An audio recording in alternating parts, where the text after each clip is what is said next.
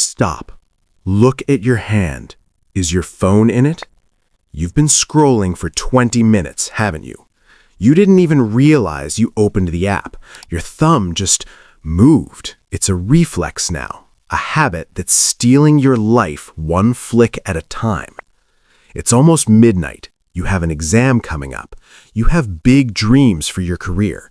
You had a perfect plan written down this morning. But here you are, staring at a screen, feeling that familiar weight of guilt growing in your chest.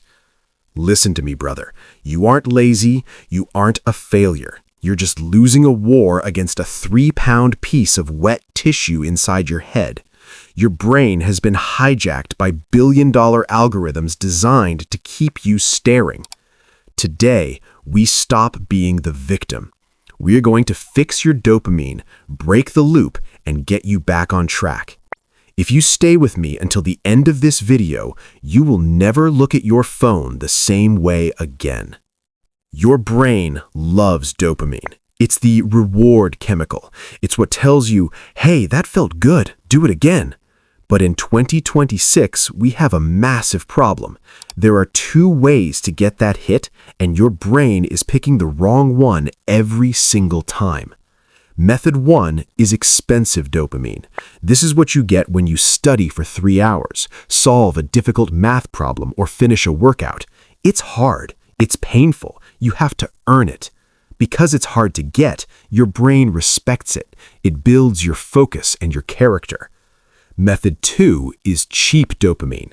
This is scrolling. 1 flick of the thumb, infinite reward, 0 effort.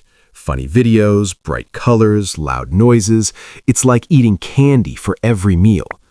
Your brain is a survival machine. It's designed to save energy. If it can get the reward for free, it will never, ever choose to work for it.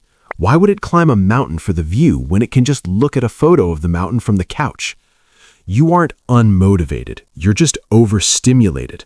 You've set your dopamine floor so high that real life feels like a chore.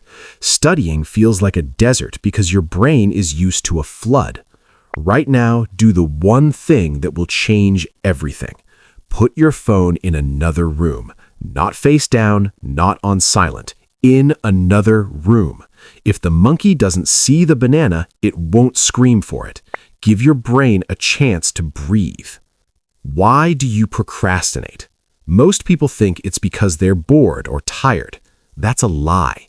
You procrastinate because you're scared. When you look at a massive textbook or a complex project, your brain doesn't see future success. It sees a threat. It sees the possibility of you failing, looking stupid, or feeling frustrated. Your amygdala, the ancient primal fear center of your brain, kicks in. It triggers a fight or flight response. Since you can't fight a textbook, you fly, you run away. And where do you run? You run to the safety of your screen. Procrastination is just an emotional shield. You're protecting yourself from the stress of being not good enough.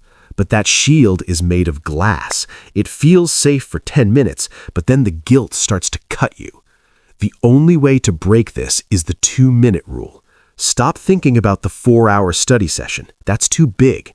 Tell your brain, I'm just going to open the book and read for 120 seconds. After that, I'm allowed to stop. Once you break the friction of starting, the fear vanishes.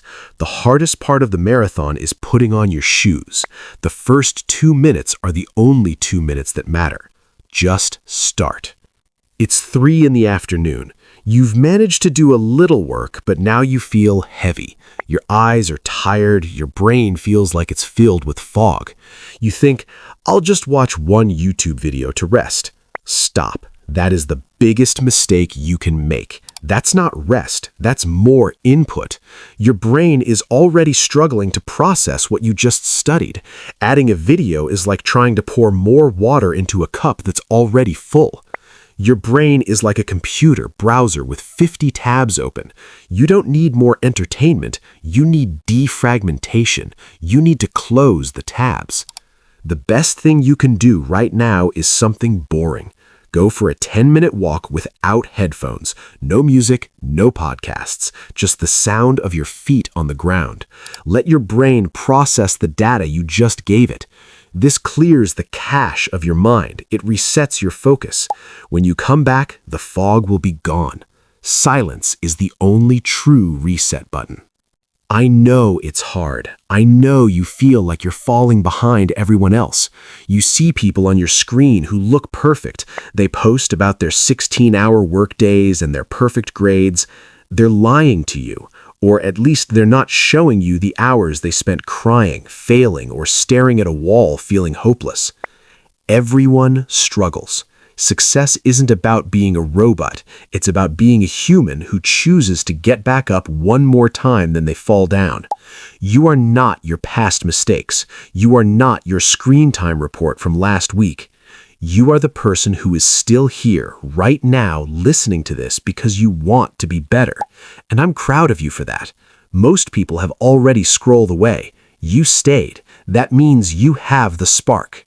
Tomorrow is going to be a battle. Your brain is going to try to trick you again. It's going to scream for the cheap dopamine. But now you have the map. Remember the plan. Phone in the other room, start for just 2 minutes, walk in silence when you're tired. Here is my challenge to you. Watch this video again tomorrow morning before you start your day. Don't check your notifications. Open this, listen to the words, and let it be your digital coffee. Remind your brain who is actually in charge. If you are joining the 1% of students who are actually going to take action today, hit that subscribe button. We are building a community of people who choose the hard path because it leads to the best view. Comment "level up" below so I know you finished the video. I'll be looking for your names. Go be great. Your future self is waiting for you. Don't keep them waiting any longer.